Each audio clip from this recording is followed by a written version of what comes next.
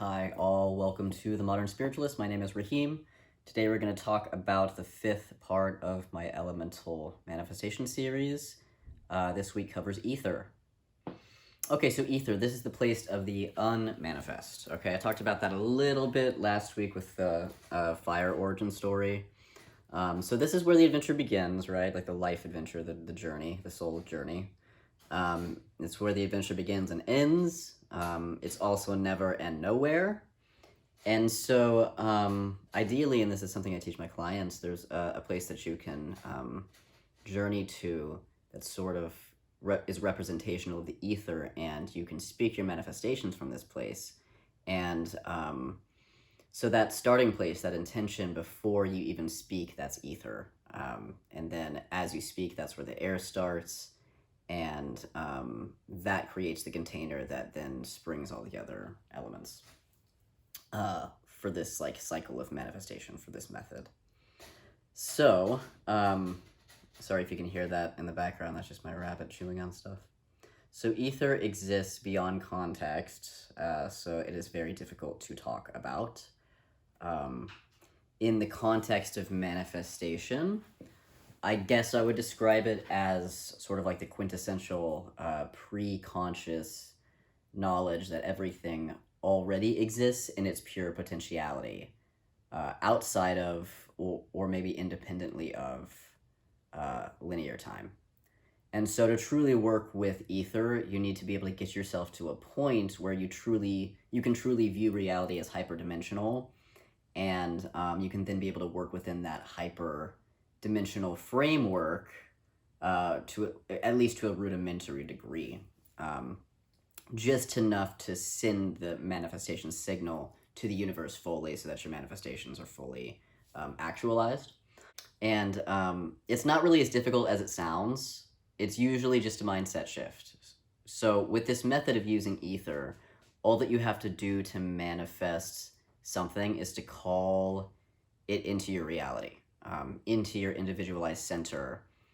You just call it in to what already exists in its own, from what already exists in its own plane of reality, and then you're inviting that into your, you're inviting your ideal reality from that place into your current reality. And to do that, you need to access that reality, which means that you, to some degree, need to believe that it's real, so that you can find the door, so that you can knock on it, right? And this is kind of where we get into like magic theory, when we talk about the fact that if you don't believe that magic is real, then it's not real, because that's the whole nature of magic is belief. You have to be able to set your intention clearly enough to see it for something to actually manifest.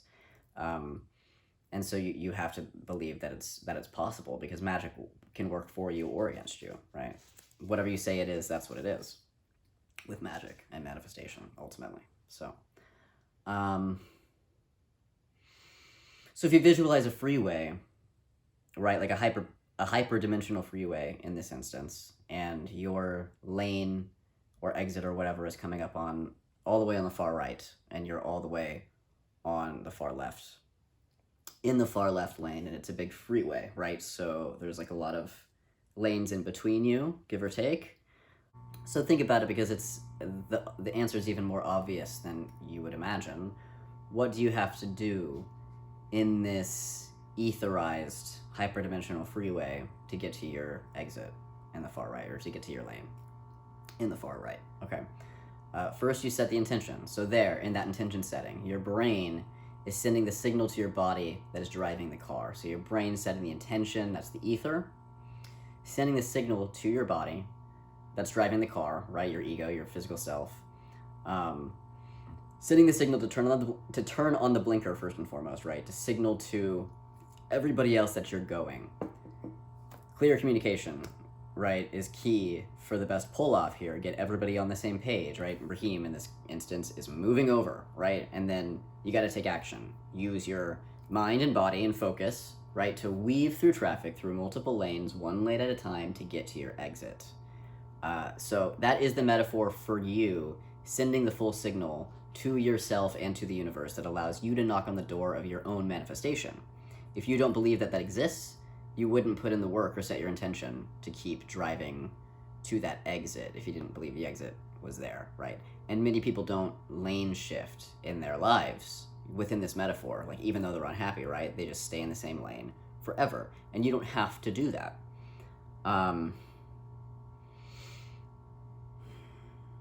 Sometimes it's hard for people to conceptualize the time dilation, and you don't have to spin your wheels over it. You really don't. If you can just think of time as being a location rather than how we perceive it in our physical existence as this like linear pathway or this kind of current that just keeps running.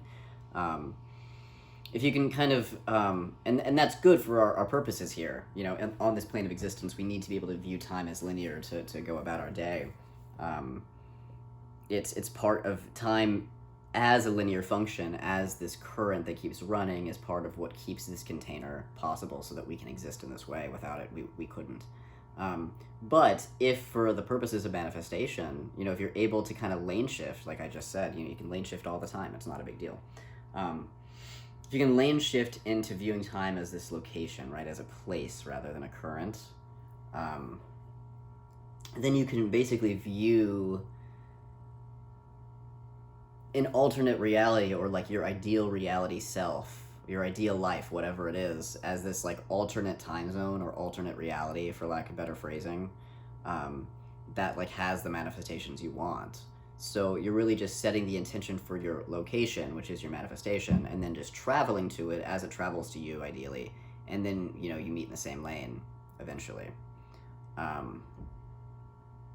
So shrine tending, I just have an empty bowl, and it is in the middle of my elemental shrine, which I have on a north, south, east, west axis. So I have, you know, air and fire and water and earth surrounding my ether, which is an empty bowl.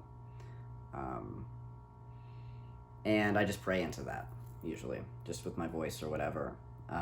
Because with ether, we truly learn how to work with essence energies, which are invisible, but determine the quality of a thing.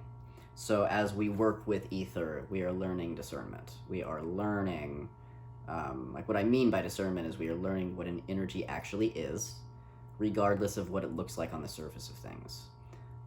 Like we're learning how to read a room by reading the energetic undercurrent instead of just what is readily apparent, by observing people's behavior and reacting to it within that room.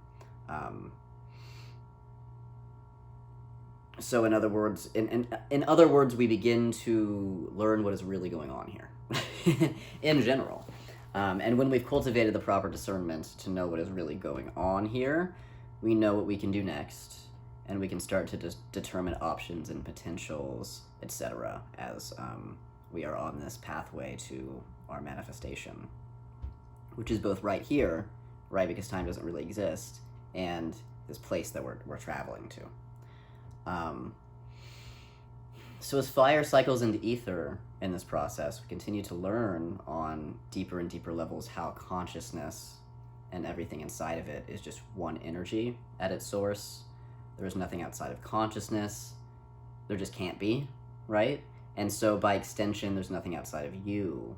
So working with ether is working with life as your teacher, as your lover, and also as you. You laid out this labyrinthian life path for yourself, and as you're walking it, your higher self, which is the universe itself, is leaving all of these Easter eggs for you to find as you walk it.